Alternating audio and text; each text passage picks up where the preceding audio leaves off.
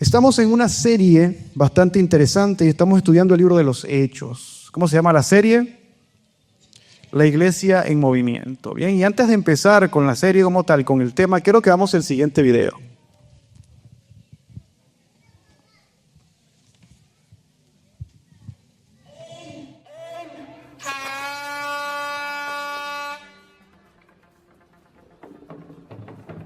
En daar gaat hij.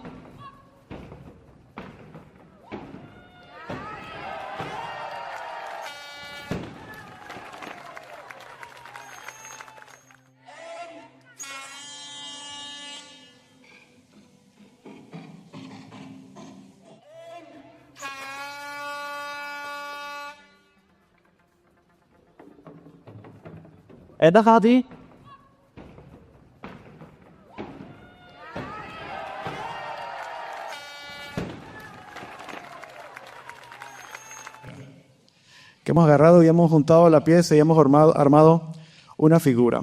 El efecto dominó, o el juego dominó, es un juego asiático, pero hemos utilizado esa expresión, o se utiliza esa expresión, para hablar de una acción o algo que se hace que genera un efecto en cadena. ¿Sí? Una pequeña acción genera varios resultados o genera una serie consecutiva de eventos. Y hoy vamos a hablar un poco acerca de eso. Hablando un breve repaso, hoy estamos en la serie La Iglesia en Movimiento y vamos a hablar en nuestro cuarto tema. Es una serie de 2 meses. Para los que no lo han visto y quieran ponerse al día, recomiendo que vayan a nuestro canal de YouTube y puedan ver las prédicas anteriores. Y hemos hablado de 3 temas y estamos centrados en el libro de los Hechos. Vamos a estudiar todo el libro de los Hechos durante este mes y el siguiente. Bueno, este mes ya está terminando, se acabaron las fechas patrias, ya no hay más asado, a menos que ustedes quieran hacer y me invitan a su casa, con gusto voy y los visito y oro por ustedes. No, mentira. Y hemos hablado de 3 temas. Primero, Jesús es llevado al cielo. Vemos cómo el Señor, después de haber resucitado, estuvo 40 días con los discípulos y Él les dijo, voy pues a preparar lugar. Y los ángeles descendieron porque están mirando a Jesús, que Él volverá. ¿Y cuánto le esperamos? ¿Creemos que Jesús volverá? Amén, y le esperamos con gozo y alegría. Por mí que venga cuando yo esté predicando. Ahí me aseguradita, no mentira. Pero sí, hermano, Cristo volverá. Más temprano que tarde, todo ojo le verá y eso será un abrir y cerrar de ojos. Hay que estar preparados. En segundo lugar, vimos la llegada del Espíritu Santo, la promesa. El Señor Jesucristo, no lo dejaré solo, sino que enviaré al Consolador. ¿Y qué es el Espíritu Santo? Es la presencia de Dios que vive en nuestros corazones. El que nos guía, que nos da la fortaleza.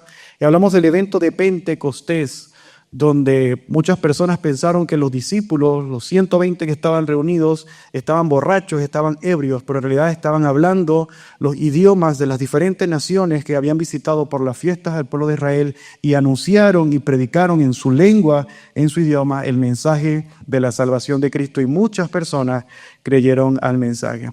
El tercer domingo vimos la primera persecución que recibieron los discípulos.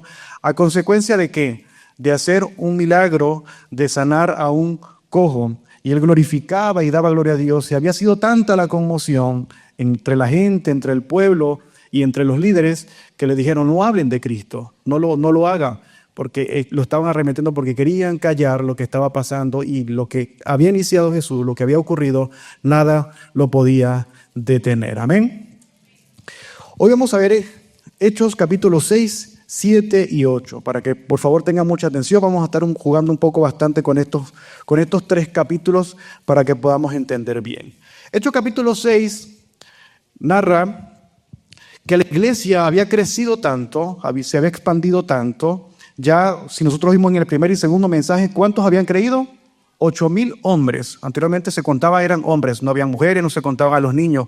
La iglesia primitiva en ese momento se podía estimar que podía tener, no hay un valor exacto, pero si cada hombre tenía su esposa, ¿eran cuántos? Eran 16,000, más o menos entre 15,000 y 20,000 personas podía tener en ese entonces la iglesia primitiva. La iglesia tenía en común todas las cosas, compartían la palabra, compartían el pan. Pero en Hechos 6:1 dice que al multiplicarse los creyentes rápidamente, hubo muestras de descontentos. Los creyentes que hablaban griego se quejaban de los que hablaban hebreo, diciendo que sus viudas eran discriminadas en la distribución diaria de los alimentos. Había una situación en la iglesia primitiva donde se estaban haciendo acepción de personas. Para entender, los judíos siempre han sido muy tradicionalistas, han sido muy fieles a la pureza de la sangre, a la descendencia pura del pueblo de Israel, de los descendientes que vienen. Pero para entender el contexto histórico, durante el Imperio Romano, vinieron los griegos y los romanos, se habían dispersado por todo el pueblo, por todo el Imperio Romano, desde España, Britania, hasta Oriente. Todos esos países, y habían judíos que se habían esparcido, pero también habían judíos, que eran griegos. Y había excepción. Entonces esta situación generó descontento entre los creyentes. Hay excepción de personas, con nuestras viudas. Porque acá se estaban haciendo actos de misericordia, se repartían a las mesas, se daba comida, se daba ayuda a las personas más necesitadas. Y por este trato cultural, entonces, los creyentes se reunieron con los apóstoles escucharon de esto y le dijeron, bueno, entre ustedes elijan a hombres con ciertas características para que nosotros nos dediquemos a la oración, nos dediquemos a la prédica de la palabra y ustedes se carguen de atender a las personas, a servirles y ayudar a las personas. Y Hechos 6:7 dice que se ordenó, se eligieron 7 hombres, lo pueden buscar ahí en su Biblia, lo pueden tenerlo todos para que lo lean en su casa, con más detenimiento. Y dice el 7, y así que el mensaje de Dios siguió extendiéndose y el número de creyentes aumentó en gran manera en Jerusalén y muchos de los sacerdotes judíos también se convirtieron. La iglesia, el evangelio, la prédica y la enseñanza del evangelio en Jerusalén estaba creyendo y estaba creciendo en gran manera y eran muchos los discípulos que se acercaban a escuchar y a creer en Jesús y compartir en la iglesia primitiva. Hoy vamos a ver, para los que están tomando apuntes, la expansión del evangelio. Vamos a ver qué fue lo que pasó, qué fue lo que provocó que el evangelio que estaba en Jerusalén se expandiera a lo que hoy conocemos. Y vamos a iniciar, el primer punto, un fuerte debate. Y este fuerte debate vemos en el capítulo 6 a un personaje. Este personaje es Esteban. Esteban es fue el primer mártir y es uno de los personajes más conocidos en la iglesia primitiva. Su hecho, su palabra generó mucho impacto y ha generado impacto hoy día. Y estas eran las cualidades que tenía Esteban. Primero, tenía buen testimonio. Segundo, estaba lleno del Espíritu y de sabiduría. Tenía el Espíritu Santo, se reflejaba que él tenía el Espíritu de Dios y la sabiduría de Dios. Estaba lleno de gracia y de poder de Dios y hacía prodigios y grandes señales milagrosas. Era un hombre dinamita, un hombre con fuego y poder que estaba haciendo lo que el Señor había mandado hacer: predicar la palabra, anunciar la palabra, hacer milagros y prodigios en el nombre de Jesús. Amén. Dice Hechos 6:8, y Esteban, lleno de gracia y de poder, hacía prodigios y grandes señales milagrosas. ¿Entre dónde? Entre el pueblo, entre la congregación que estaba ahí, entre el pueblo judío en Jerusalén. Pero algunos de la llamada sinagoga de los libertos, estos cireneos, tanto cireneos como alejandrinos, y de los de Sicilia y Asia, se levantaron para discutir con Esteban. Los libertos eran un grupo de antiguos esclavos o de hijos esclavos que aparentemente tenían una sinagoga en Jerusalén. Recuerden que en ese tiempo, hace 2000 años, existía la esclavitud, pero cierto tiempo el Imperio Romano o la persona llegaba, trabajaba y compraba su libertad. ¿Cuánto ha visto Gladiador? Sí, se mataban, o sea, se hacían una serie de eventos y participaban, lograban pagar su deuda, podían ser liberados. Bueno, algo así parecido. Pero la religión o el judaísmo, la práctica del judaísmo en ese entonces era tan sectorizada que habían saduceos, jebuseos, fariseos, y inclusive los que habían sido esclavos o descendientes de esclavos estaban apartados de los religiosos principales. Ellos tenían que congregarse en otra parte y en otra sinagoga. Bueno, estos libertos, este grupo de judíos de esta sinagoga, se empezaron a tener oposición acerca de lo que Esteban estaba enseñando y lo que estaba anunciando al pueblo y lo que estaba haciendo. Y dice la Escritura en el verso 10, pero no podía resistir a la sabiduría y al espíritu con que hablaba.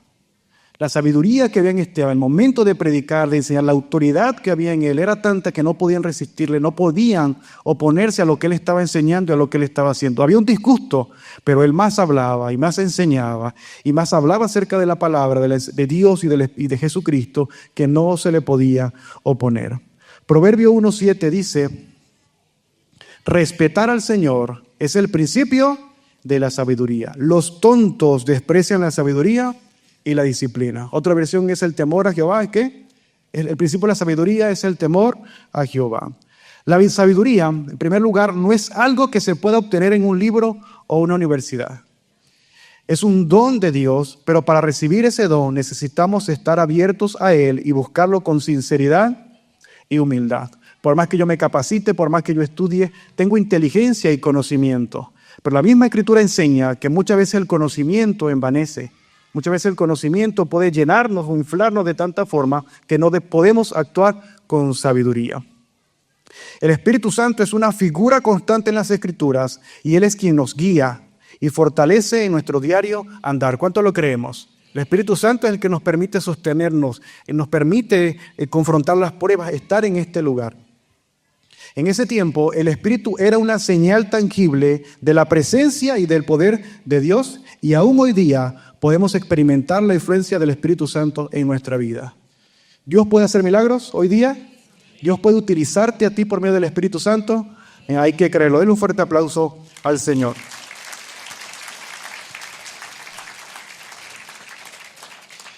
Miren lo que Jesús declara por la situación que estaba ocurriendo con Esteban en este debate.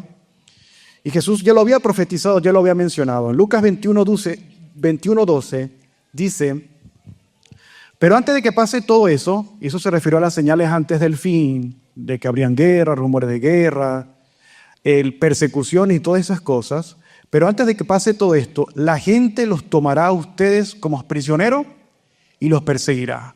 Los entregará a las sinagogas para ser juzgados y los matarán y los meterán a la cárcel. Serán obligados a presentarse ante reyes y gobernadores por estar de mi parte.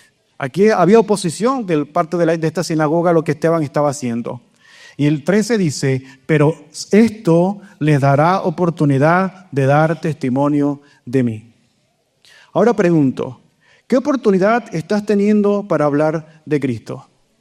La circunstancia, el problema o la situación que estás enfrentando o estás pasando te cohíbe hablar de Jesús. En el trabajo, en el colegio, en la calle, en el lugar donde estés.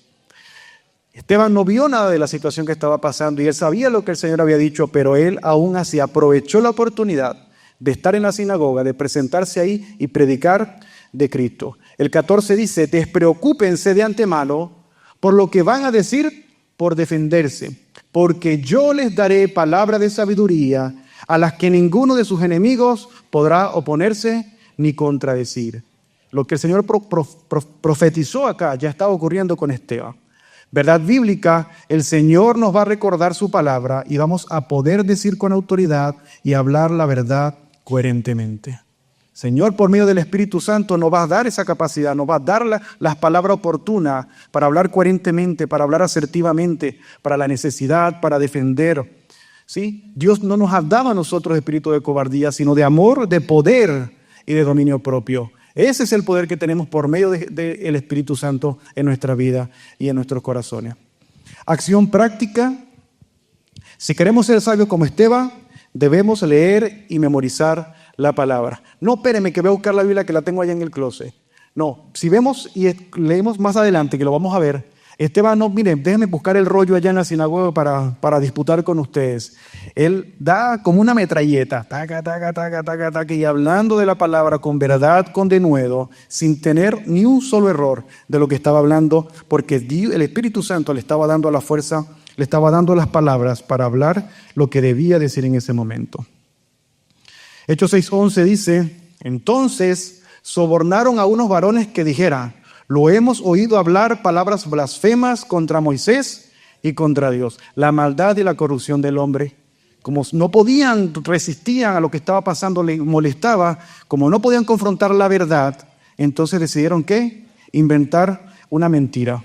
E incitaron al pueblo, a los ancianos y a los escribas, y cayendo sobre él, lo arrebataron y lo llevaron al Sanedrín. Es decir, que llegaron ahí, lo agarraron, lo golpearon, lo llevaron a rastras hacia el Sanedrín, porque el Sanedrín era como el juzgado de la tradición judía.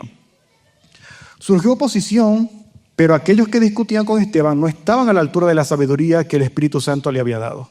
Entonces los hombres decidieron acusarlo falsamente a Esteban, acusándolo de blasfemo y haciéndolo arrestar. ¿Cuál eran la respuesta o cuáles eran estas supuestas blasfemias? Preguntamos. Y el versículo 13 y 14 nos dice lo siguiente. Y presentaron testigos falsos diciendo, este hombre, Esteban, no cesa de hablar palabras contra el lugar santo y la ley, contra el templo y contra la ley de Moisés. Porque lo hemos oído diciendo que este Jesús el Nazareno destruiría este lugar y cambiaría las costumbres que nos transmitió Moisés. Su legalismo, sus leyes, su status quo estaba siendo alterado. Ellos se estaban sintiendo incómodos, se estaban molestando por lo que estaba ocurriendo. Su estabilidad política, su autoridad, su imposición hacia el pueblo estaba siendo cambiada por los ideales, por el evangelio de la salvación, porque se oponían a sus costumbres, porque ellos decían, hagan esto, pero ellos no lo hacían, ellos no vivían lo que predicaba. Y eso era lo que a los judíos o a los sacerdotes, a la élite judía, a la élite sacerdotal, les molestaba y les incomodaba. Esteban aparentemente estaba enseñando que el templo judío ya no era necesario para la adoración del verdadero Dios. Cristo mismo lo había dicho cuando estuvo con la mujer samaritana en ese pozo, y dice así Juan 4:20, así que dígame, ¿por qué ustedes, los judíos, insisten en que Jerusalén es el único lugar donde se debe adorar, mientras que nosotros, los samaritanos, afirmamos que es aquí, en el monte Gerizim, donde adoraron nuestros antepasados? Esto se lo dijo la mujer samaritana a Jesucristo. Y Jesús le contestó, créeme, querida mujer, que se acerca el tiempo en que no tendrá importancia si se adora al Padre en este monte o en Jerusalén. Ustedes, los samaritanos, saben muy poco acerca de aquel a quien adoran, mientras que nosotros los judíos conocemos bien a quien adoramos, porque la salvación viene por medio de los judíos, Jesucristo. Pero se acerca el tiempo, de hecho, ya ha llegado cuando los verdaderos adoradores adoran al Padre en espíritu y en verdad. El Padre busca personas que lo adoren de esa manera, pues Dios es espíritu, por eso todos los que lo adoran deben hacerlo en espíritu y en verdad. Pregunto, ¿estamos adorando al Señor de corazón? Amén. ¿Tu espíritu desea la comunión con el Señor? Busca leer su palabra, busca orar, busca ayunar, busca levantarse en la madrugada a orar de su presencia, o solamente estamos buscándolo los domingos, acá en el servicio en la primera hora o el segundo turno, o los miércoles en los cultos de oración. Hay que buscar al Señor. Ha llegado la hora, Jesús, y desde Jesús hasta ahora, donde el Padre busca que lo adoren en espíritu y en verdad. No por los panes, no por los peces, sino por agradecimiento por la salvación y por lo que Dios ha hecho. Amén. Afirmamos entonces que lo que Esteban enseñaba no era más que las verdades que Jesús mismo enseñó. No hay otra cosa que podamos declarar sino la palabra de Dios. Fuera de la palabra de Dios, filosofía u otras enseñanzas no es lo que debemos enseñar. Es la palabra de Dios. ¿Y qué debemos hacer? Leer y memorizar la palabra. Cuando Jesucristo fue tentado en 3 oportunidades, o en el desierto, cuando llegó Satanás y lo tentó 3 veces, ¿qué fue lo que decía Jesús? Escrito está. Es decir, la palabra de Dios dice esto. Y de esa forma confrontó al enemigo y superó la tentación. Imagínense, hermanos, si solamente venimos a escuchar los domingos la palabra. Y si le preguntamos un versículo, Jesús lloró, Juan 11:35. Y no se sabe otro, no me sé otro. ¿Y por qué Jesús lloró? No sé, solamente sé que Jesús lloró. Y hasta ahí está. Triste y lamentable, hermano, pero la palabra de Dios es nuestra única arma para defendernos contra el enemigo. Y en este mismo debate, Esteban en el capítulo 7 hace su magistral discurso y empieza tratando brevemente la relación histórica que existió entre. Y le voy a pedir por favor que lo lea en su casa con detenimiento, lo revise, lo lea, lo estudie, lo anote, porque no nos va a dar el chance para poderlo abordar. En primer lugar, habló de Dios y Abraham. ¿Cómo le pidió Dios a Abraham que saliera de su tierra, de su parentela? Le mostró el cielo y las arenas del mar, que haría una nación grande. En ese momento no se la dio, sino que iban a ser que sus descendientes, que iban a pasar 400 años, que iban a pasar por un proceso de esclavitud, Dios y José, del 7, del 9 al 19. Después de 400 años en esclavitud en Egipto, pasó 40 años, Moisés como príncipe, después 40 años en el desierto, y a los 80 años Dios llamó a Moisés para que fuese ¿qué? Su gobernador y su libertador. Y después de la conquista de la tierra prometida y toda la historia que pasó el pueblo de Israel, Dios y David, Dios promete que por medio de David iba a salir, de su simiente iba a salir un libertador. Y le dice que Dios propuso en su corazón hacerle templo, hacerle casa a Dios para alabanza y porque antes tenían un tabernáculo, tenían una tienda que se trasladaba. Y David propuso en su corazón crear un templo. Pero como David había derramado tanta sangre, el Señor no le permitió, sino que lo hizo Salomón, su hijo. Y el propósito del discurso fue mostrar a Israel, en razón de su propia historia, que la posesión del templo no había sido una necesidad ni una garantía para la verdadera adoración a Dios. Si nosotros leemos el libro de Reyes y Crónicas, vemos cómo el pueblo de Dios se iba con los dioses de los asirios, con Acera, inclusive profanaron el templo en muchas oportunidades. Es decir, que el templo no era garantía de la adoración al Señor. Esteban hace una acusación contra Israel y su fracaso como el pueblo escogido de Dios, a quien le había dado la ley, a quien Dios le había dicho, mira, esto es pecado, esto es lo que no me agrada. Yo hice pacto con ustedes serán mi pueblo y yo seré su Dios. Pero ellos ese pacto y esa ley la transgredieron, la menospreciaron. Sus profetas vinieron y declararon y los asesinaron. Vino Jesús, lo mataron porque estaban en oposición a lo que él estaba enseñando, a la verdad que él estaba enseñando. Las cosas santas y las promesas del Mesías, naturalmente, estas acusaciones, aunque ciertas, no fueron bien recibidas por los judíos. ¿A quién le gusta que le digan la verdad? Solamente a Johanna. A mí me gusta que me digan la verdad, pero que me la digan bonito. No, porque las cosas, esto es una cuestión que siempre digo a mi Señor Padre, no es lo que dices, sino como lo dices. Bueno, desen un aplauso a ustedes, se saben el dicho. Pero ellos, por su orgullo, por su rebeldía, opusieron a lo que él estaba enseñando. De verdad, para ellos era blasfemia, era un insulto a lo que ellos estaban enseñando, porque para ellos era más importante cumplir las leyes que no cumplía que obedecer a Dios. Samuel le dijo en una oportunidad a Saúl que él no quería sacrificio, porque es mucho mejor la obediencia que los sacrificios, que prestar atención que la grosura de los carneros. ¿De qué vale ayunar? ¿De qué vale hacer, no sé, yo voy a dar plata por poner gente que hace pacto? Mira, yo voy a ayunar, voy a hacer una vigilia, voy a hacer un compromiso, hago esto, pacto con el Señor. Y termina no cumpliendo. Hay gente que ayuna para un propósito y termina pasando hambre, porque lo que menos hizo fue acordarse de la palabra de Dios. Entonces, ¿de qué vale el legalismo si realmente no obedecemos al Señor? Si no obedecemos la palabra del Señor. Ahora pregunto, voy a pedirle a Mervin que por favor abra el grupo de WhatsApp y quiero que interactuemos. Usted y yo, ¿somos la iglesia de Cristo? Ahora bien, ¿qué debemos defender como iglesia de Cristo?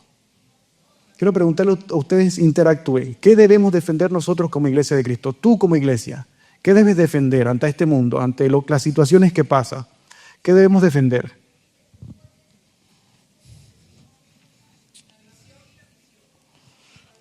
Ajá. Agradezco que escriban para poder leerlos, por favor.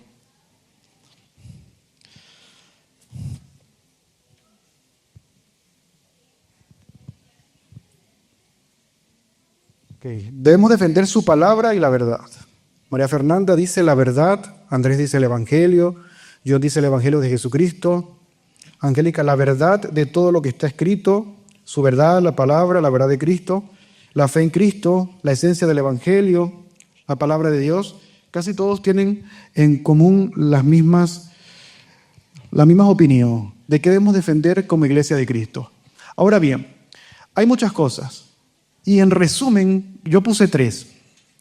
Primera, proclamación del Evangelio de la salvación. Es lo primero que nosotros debemos defender. La verdadera palabra, lo que el Señor Jesucristo vino, lo que la promesa que Él trajo, lo que Él vino a hacer, el sacrificio que vino a dar por nosotros. En segundo lugar, debemos defender como iglesia la libertad religiosa o lo que nosotros creemos, nuestra fe, en lo que creemos y la educación consciente. ¿Y qué es la educación consciente? Defender el derecho de los padres a educar a sus hijos de acuerdo con sus valores, de fe y el derecho de los individuos a no ser forzados a actuar en contra de su conciencia. ¿Cuántos en el trabajo prohíben hablar del Evangelio? O ponen normas y reglas en los colegios donde no se puede hablar. Por ahí hay un colegio que enseña el lenguaje inclusivo. O sea, no son niños ni niñas, son niñes. No se le puede decir niño o niña, tiene que ser niñez. En la propia escuela, en el propio colegio. Y eso no se puede permitir, eso hay que defenderlo. ¿Por qué? Porque en el tercer punto está la defensa de la familia y la sexualidad bíblica, el matrimonio bíblico, hombre y mujer, estableció el Señor. La identidad sexual, hay hombre y mujer, no, hay que ser género fluido. Hoy soy mujer, hoy soy hombre, hoy soy gato, hoy soy perro, hay que dejarlo ser. No, viejo, no, querido hermano. Perdón, disculpe, a veces se me sale un poco lo chabacano. Pero no, da risa, pero volviendo otra vez, esto es serio, hermano. Pasa que como me entré en confianza. La identidad sexual, hay que hablar seriamente con esto, hay que hablar con seriedad de esto porque esto es algo que durante la última década se ha querido mucho inmiscuir. Porque antes era la igualdad de la mujer, que la mujer tiene derecho a votar y trabajar, perfecto, la mujer trabajen, voten, tienen derecho. Ahora quieren atacar es el núcleo, el seno de la familia. La idea original de Dios, el plan original de Dios de la familia. Ahorita hay hombres que no quieren casarse, no quieren tener hijos, mujeres que no quieren tener hijos, que ellos prefieren el éxito o el trabajo. Y eso es una idea errada. Dios estableció familia, Dios estableció la ayuda idónea para vivir en felicidad y en armonía, conforme a la voluntad de Dios, conforme a los planes del Señor. Hay que plantear la defensa de la familia sexualidad con el fortalecimiento familiar. Nuestra iglesia tiene grupos de apoyo, de matrimonios, que es un caso acá que son súper divertidos lo que hace, y es fortalecer la familia, quién es papá, quién es mamá, los roles que deben hacerse en una sociedad tan dañada. Estar en contra del aborto, hay que ser pro vida. Y una de las frases que utiliza el lema del aborto es asesinar una vida para mantener una vida. Y fue lo que mismo Jesucristo dijo, es necesario que yo muera para dar vida. Pero el Satanás ha pervertido o ha corrompido ese versículo de la palabra diciendo que la mujer para poder ser ella, para poder existir ella, para poder ser exitosa, si queda embarazada tiene que abortar, tiene que asesinar lo que lleva dentro para ella poder vivir y ser feliz. Y eso es erróneo. Hermanos, ¿entendemos el Evangelio a profundidad? ¿Sabemos lo que realmente Jesucristo vino a hacer, lo que significa llevar el mensaje de la salvación? El destino de hombres y mujeres están en la confusión y su destino es que el infierno, es la perdición y debemos proclamar el mensaje de la salvación. Debemos entender a profundidad lo que Jesucristo vino a hacer y lo que es el Evangelio. ¿Y cómo podemos hacer esto? Y hay 5 cosas que necesitas saber. Al final están los flyers allá afuera. Quiero invitarles que usted se lleve un paquetito y lo comparta. Pero dentro de esa lectura y memorización está esto. Dios existe y te ama, Juan 3:16. Dios desea salvarte, Juan 3:17. Jesucristo es el camino a Dios, Juan 14:6. Puedes ser hijo de Dios, Juan 1:12. Y Dios te da vida eterna, Juan 6:40. Eso es lo que debemos proclamar. Eso es lo que debemos compartir. Vuelvo y repito, a la parte de afuera al finalizar el servicio, lléveselo, memorícelo, léalo, compártalo en su trabajo, en su comunidad, en su piso. Lleve el mensaje de la salvación. Quizás usted dirá, no, ¿qué me va a costar? Confíe en que el Espíritu Santo le va a dar la fuerza y la valentía para hacerlo. Recuerde que esto no es suyo ni mío, esto es de Dios. Y el Señor Jesucristo dijo que sobre su iglesia ni las puertas del Hades van a prevalecer. La palabra del Señor se seguirá compartiendo porque el Señor dijo que sería predicado este evangelio a toda criatura. Y después de esto, que sea predicado el evangelio, es allí cuando Jesucristo vendrá. Y si nosotros le estamos esperando y queremos que Él venga, entonces hay que llevar el mensaje de la salvación. No me puedo quedar yo estático, sentado en mi escritorio o acá en la iglesia, sino que debemos ser los verdaderos discípulos de Jesús que hacen crecer y hacen multiplicar discípulos. Amén. ¿Conocemos la misión y la visión de la iglesia? Lo que hemos visto en la ruta de crecimiento y lo que damos en la ruta de crecimiento, vemos esto en uno de los puntos. Y quiero compartirla con todos ustedes. Y va aunado a esto, a la defensa de lo que nosotros como iglesia debemos hacer. Y la visión de vida eterna, como la gran familia en la fe que amamos a Dios y a las personas, Tenemos ser una iglesia cristiana sobresaliente en Chile y todo el mundo, formadas por familias felices, consolidadas en Jesucristo. Y a la cuenta de 3 vamos a repetirlo. 1, 2 y 3. Ser una familia cristiana sobresaliente en Chile y todo el mundo, formada por familias felices, consolidadas en Jesucristo. Y nuestra misión, y creo que lo repitamos a la cuenta de 1, 2 y 3. 1, 2 y 3. Amar y guiar a las personas a que puedan conocer a Jesucristo como Salvador y consolidarlas para vivir. La gran comisión. Denle un aplauso al Señor. Esa es nuestra misión y esa es nuestra visión. Y es lo que nosotros hacemos, no solamente los líderes, sino los que dan los discipulados, los que dan estudios bíblicos. Queremos reforzar los que están en conexión, los que servimos acá en la iglesia. Queremos compartir, queremos que usted camine con esta visión, que es lo que Dios estableció. Hacer discípulos, predicar su palabra, consolidar familias, consolidar hombres y mujeres preparados a lo que esta sociedad corrompida, porque vivimos en los mismos tiempos de Sodoma y Gomorra. ¿Y qué pasó con Sodoma y Gomorra? Fue destruida y borrada. Y lo mismo pasará. ¿Cuándo? Al tiempo de Dios. Bendito y alabado sea el Señor, que vivimos bajo la era de la gracia, bajo el tiempo de la misericordia de Dios. Y por su gracia, por su amor y por su misericordia, no hemos sido consumidos. Amén. Como segundo punto, vamos a hablar del martirio de Esteban. Y después que habló de este discurso acerca de Moisés, de Abraham, de David, Esteban le dice: ustedes son muy tercos, son como los paganos en su forma de pensar y de entender, siempre se rebelan contra el Espíritu Santo igual que sus antepasados. En la petición textual dice incircuncisos. Incircuncisos eran aquellos que no practicaban la circuncisión. La circuncisión era para el pueblo judío, para el pueblo de Israel. En su forma de pensar, en su forma de entender. Está la palabra, está la ley, están los profetas. Se hablaron de las profecías y las señales y ustedes no quieren entender y no quieren comprender. ¿Se rebelan contra quién? Contra el Espíritu Santo. Hay oposición contra el Espíritu Santo. Y el 54 dice: y al oír estas cosas, se enfurecieron en sus corazones y crujían los dientes contra él. Los sumos sacerdotes y los sacerdotes que estaban en el Sanedrín, que eran como 71 personas aproximadamente, ese estaba compuesto el Sanedrín judío, se enfurecieron, se llenaron de ira, se llenaron de enojo. Crujían sus dientes, o sea, se han puesto la cara chinita arrugadita, porque se habían enojado de la verdad que le estaba diciendo. Y el 55 dice: pero él, Esteban, lleno del Espíritu Santo, fijo los ojos en el cielo, vio la gloria de Dios y a Jesús en pie a la diestra de Dios. Hay que buscar la llenura del Espíritu Santo. Todos hemos sido bautizados, todos hemos sido injertados a la familia de Dios, todos tenemos al Espíritu de Dios. Ahora hay que procurar la llenura del Espíritu Santo, como leyendo la palabra, orando, buscando, deseando de corazón que Él nos llene con su presencia.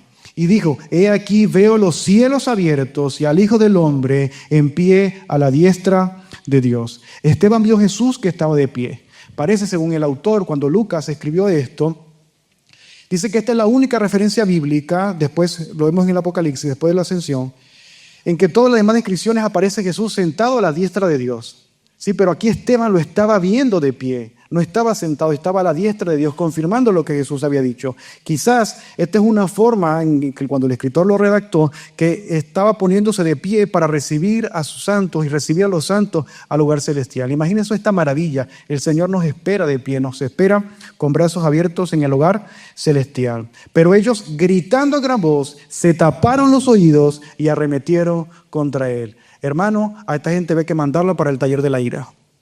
No soportaron, le dio una crisis, son como de la generación Z, pero de esa temporada, que no manejan sus emociones, que no regulan sus emociones. No soportaron lo que estaban pasando. Su ofensa fue tanta, la palabra de Dios los confrontó tantos que arremetieron contra él. Y mire lo que dice Hebreos 4:12. Pues la palabra de Dios es viva y poderosa, es más cortante que cualquier espada de 2 filos. Penetra entre el alma y el espíritu, entre la articulación y la médula del hueso, y deja al descubierto nuestros pensamientos y deseos más íntimos. La palabra del Señor confrontó, transformó a estas personas de manera tal que descubrieron lo que realmente era. Unas culebras. Eran unas personas que estaban llenas de maldad, de corrupción, de odio. Y la palabra de Dios, la autoridad y la sabiduría con la que hablaba Esteban, lo impulsaron a ellos a atacarlo, a arremeterlo, a golpearlo. Verdad bíblica, la palabra de Dios es una herramienta sobrenatural de diagnóstico espiritual que nos confronta con la verdad sobre nuestro corazón, nos juzga y en última instancia nos guía a la transformación. Y la palabra debe transformarnos para bien, debe transformar nuestra mente para bien.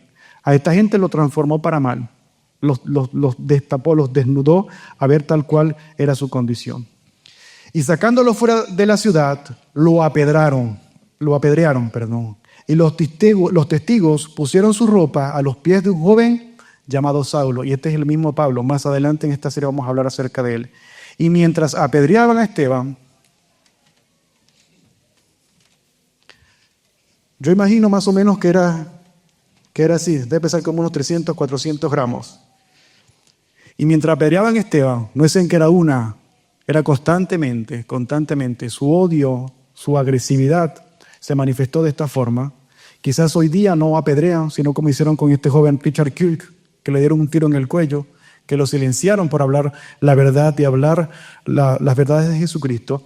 Dice, mientras apedreaban a Esteban, él invocaba y decía, Señor Jesús, recibe mi espíritu. Habló igual que Jesús.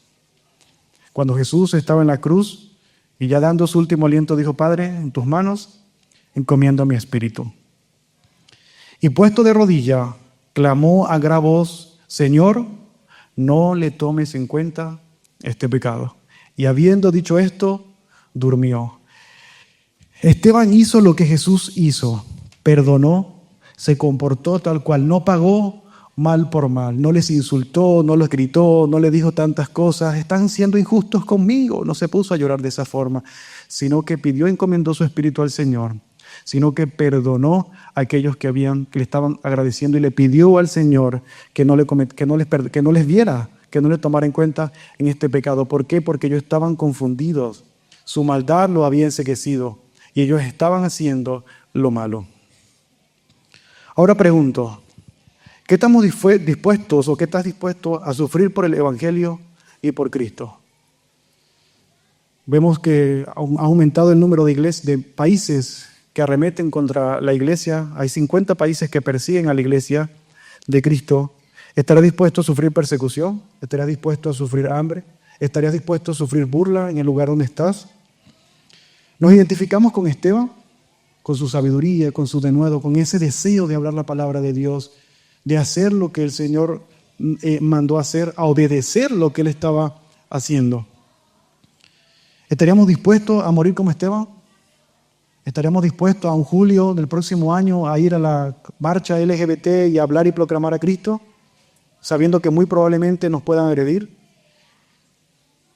No pienso en mi hijo, pienso en mi esposa, la voy a dejar, si me pasa algo, ¿qué va a ocurrir? ¿Qué estamos dispuestos verdaderamente a hacer por Jesús, por Cristo? Si somos sus discípulos, hay que negarse a sí mismo, tomar su cruz y seguirle cada día. El que quiera salvar su vida, ¿qué? La perderá. Y aquel que la pierde por causa de mí, por causa de Jesucristo, la salvará. Y esa es la vida eterna. Afirmamos entonces que cada creyente debe esforzarse por vivir comprometido con el Señor aún frente a la muerte. El mismo Señor, la misma palabra dice que no debemos temer a aquel que dañe el cuerpo físico, sino a aquel que es capaz de matar el alma y condenarla en el infierno. Por eso es que el principio de la sabiduría, el respeto, es al Señor, es a Dios a que le debemos tener respeto, es a Él a que debemos temer, no a cualquier ser humano que ande por ahí, sino que tenemos la autoridad de Cristo para hablar con la verdad. Debemos ser fiel para predicar el Evangelio con denuedo, ser con autoridad, con ese deseo, con ese fervor, con esa dinamita. Conocedor de la verdad de Dios y dispuestos a ser usados por Dios para su plan y para su propósito. Usted y yo hemos sido llamados a ser discípulos. Esa es la gran comisión. Así que hoy día, a partir de hoy, nuestra mente debe estar consciente en que debemos alabar y glorificar al Señor y multiplicarnos. Amén. Ahora bien, como tercer y último punto, la expansión del Evangelio. Saulo consintió en su asesinato. Y aquel día hubo una gran persecución contra la iglesia de Jerusalén. Ya aquí vemos cómo empieza a salir Pablo y empiezan a comentar acerca de él. Esteban, ¿se acuerdan lo que vimos en el video? Esteban representa esta pieza de dominó.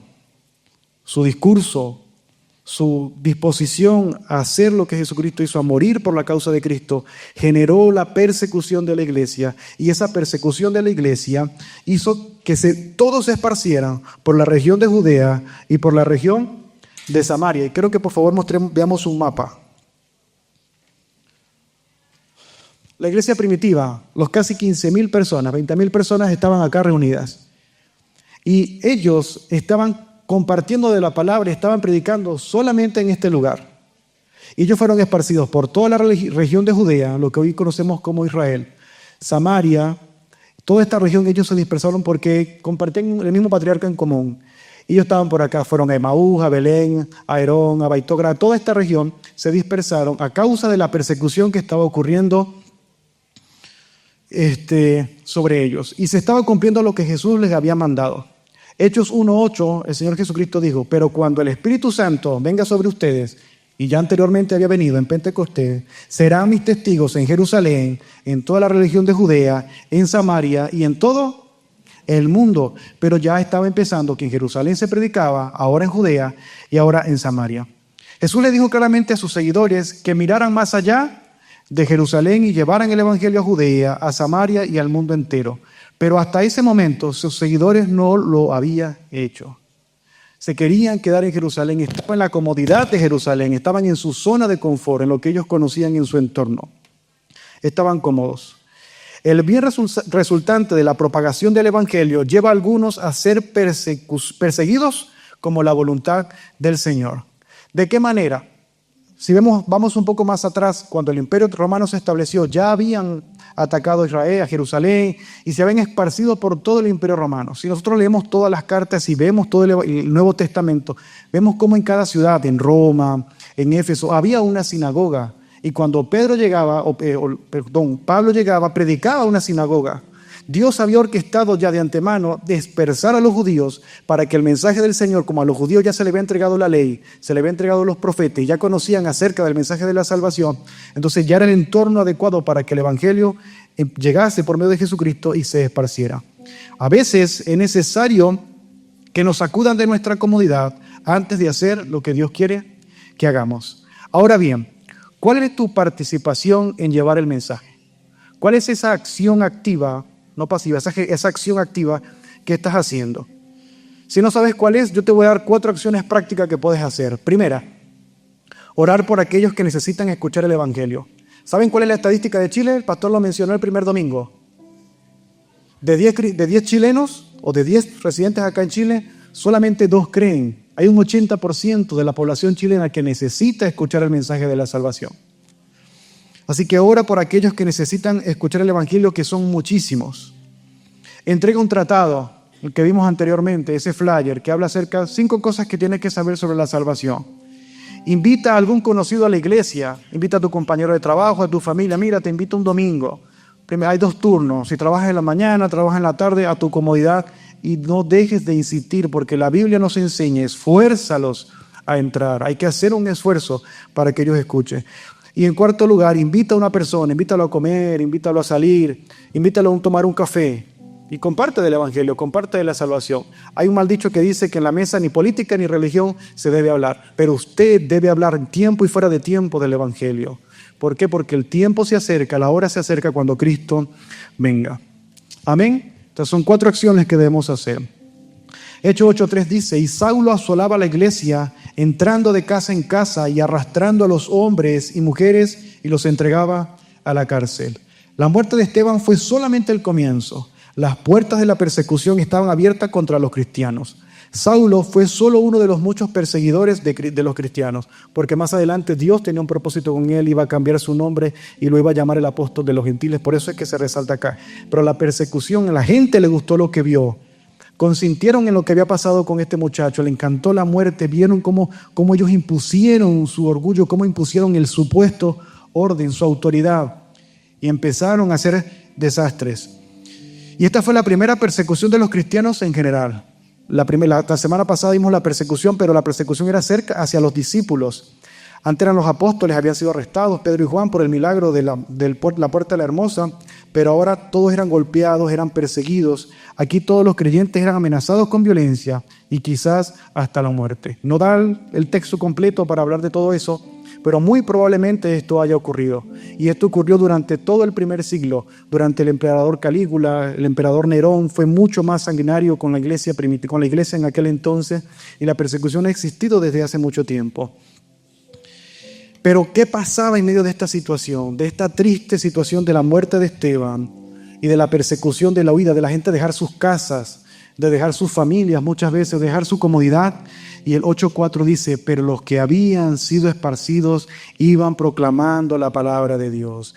Realmente Dios tuvo que moverlos a ellos de su comodidad para predicar la palabra de Dios. Ellos no pensaron que voy a comer, que me voy a vestir, que voy a trabajar. Ellos proclamaron el mensaje de Dios. Yo soy venezolano, salí hace casi 4 años de Chile y yo sin pensar que iba a estar un domingo acá predicando la palabra del Señor, y doy gloria y alabanza a su nombre. El pastor Hernán es conocido de un pastor amigo mío en Venezuela, y yo llegué a esta iglesia por ese medio, por ese canal. He crecido y aprendido, y todo ha sido por la gracia y la misericordia de Dios. Quizás pienso, vine a Chile para buscar una estabilidad económica. No, es la oportunidad de predicar la palabra de Dios en una sociedad que está tan corrompida, en una sociedad que permite el matrimonio gay, en una sociedad que permite el aborto, en una sociedad donde vive desencadenadamente en el libertinaje y está en contra de lo que Dios enseña, de lo que Dios demanda hacer. Y yo estoy llamado a proclamar el mensaje de Cristo. Yo estoy proclamado a llevar la verdad al igual que usted. No podemos actuar con temor, no podemos andar con el que dirán. No podemos agradar a dos señores, no podemos agradar a Dios y al mundo, no podemos adecuarnos a la corriente de este mundo. Debemos ir siempre en contra de la corriente, porque la voluntad de Dios no es la misma que de este mundo. El resultado final fue que para la gloria de Dios, porque la persecución simplemente sirvió para difundir el mensaje.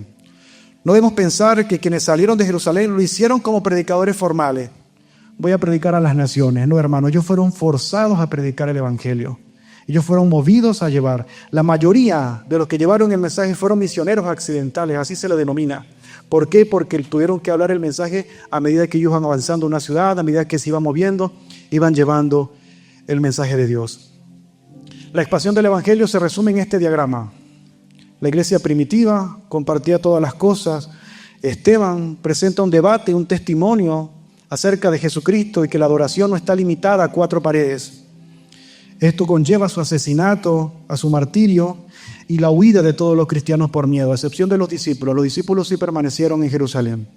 Esto generó persecución, generó arrestos, generó violencia, pero esto aumentó en que la predicación de la palabra llegase a Judea y Samaria, se hiciera el evangelismo en Samaria. Si leen el capítulo 8, vemos cómo Felipe hacía milagros, hacía prodigios, sacaba demonios. Y más adelante vemos cómo él le predica al etíope, y el mensaje por medio del etíope muy probablemente llegaría a Etiopía. Y así el evangelio siguió creciendo y expandiéndose. Y nosotros tenemos la bendición del Señor y la misericordia de Dios, que el evangelio ha llegado a nosotros. La salvación ha llegado a nosotros. Y hoy parto y digo, Jesucristo vive y reina por siempre. Jesucristo murió en la cruz del Calvario y dio su vida por ti y dio su vida por mí. Él cambió mi vida, transformó mi vida para bien. Me ha hecho un hombre bueno, un hombre nuevo. Ha sido por su misericordia. Y por eso yo hoy presento a Cristo. ¿Por qué? Porque Él vendrá. La persecución se convierte en el motor involuntario de la misión, esparciendo el evangelio más allá de Jerusalén. Y el evangelio sigue llevándose y sigue extendiendo. Y Dios hoy nos exhorta a nosotros que usted y yo somos discípulos para llevar el mensaje de Dios. Concluimos entonces que la iglesia no debe conformarse en un solo lugar, en 4 paredes. Esto no es la iglesia, hermano. La iglesia debe salir de aquí. La iglesia debe llevar el mensaje. El creyente debe movilizarse con el propósito de proclamar a Cristo, preparándose y creciendo. ¿De qué manera? Nosotros en la iglesia tenemos 2 buenos planes. Primero, el discipulado. ¿Cuántos están en discipulado? Hay pocos. Yo los invito a hacer el discipulado, que es la ruta 1, la ruta 2, después de conexión, si quieren saber más. Después de ver el mes en conexión, ahí empezamos con la ruta de crecimiento. Aprendemos muchísimo. Y los estudios bíblicos. ¿Quiénes están en estudio bíblico? Hay un más número. Denle un fuerte aplauso al Señor. Preparándonos con la palabra, aprendiendo de la palabra, podemos tener la mayor confianza. Ciertamente el conocimiento nos ayuda. Podemos tener más confianza en llevar el mensaje y compartir la fe. Usted y yo somos iglesias, que somos la iglesia de Cristo, que debemos movernos. Ponte de pie, iglesia. Y vamos a dar alabanza y gloria al Señor. Bendito Dios, te damos gracias por tu palabra que ha sido dada, Señor Dios Todopoderoso. Gracias por lo que hemos aprendido en este día. Gracias, Señor, porque hoy me exhortas a que yo debo proclamar el mensaje de la salvación. Debo predicar tu palabra, Señor, con firmeza, Señor, con coherencia, Dios Todopoderoso. Y sé que tu Espíritu Santo que vive en mí, habita en tu iglesia, Señor Dios Todopoderoso, les permitirá llevar y seguir compartiendo la palabra de Dios. Hago la invitación a los que no conocen a Jesús y hoy quieren aceptarle como su Señor y único Salvador, a que repitas esta oración conmigo. Señor Jesús, en esta hora y en este momento, quiero aceptar y reconocer que soy pecador y pedirte que seas mi Señor, que inscribas mi nombre en el libro de la vida, que me bautices con tu Santo Espíritu, que me selles con tu Santo Espíritu y hoy me permitas ser parte de la familia de Dios y hoy me permitas caminar contigo hasta los últimos de mis días o hasta que tú vengas. En el nombre de Cristo Jesús, amén y amén. ¿Alguien hizo esa oración? Dios te bendiga. ¿Alguien más? Dios te bendiga. Bueno, dale un fuerte aplauso al Señor. La Biblia dice que hay fiesta en el cielo cuando un pecador entrega su alma al Señor. Como ministro del Señor, les bendigo en el nombre del Padre, del Hijo y del Espíritu Santo.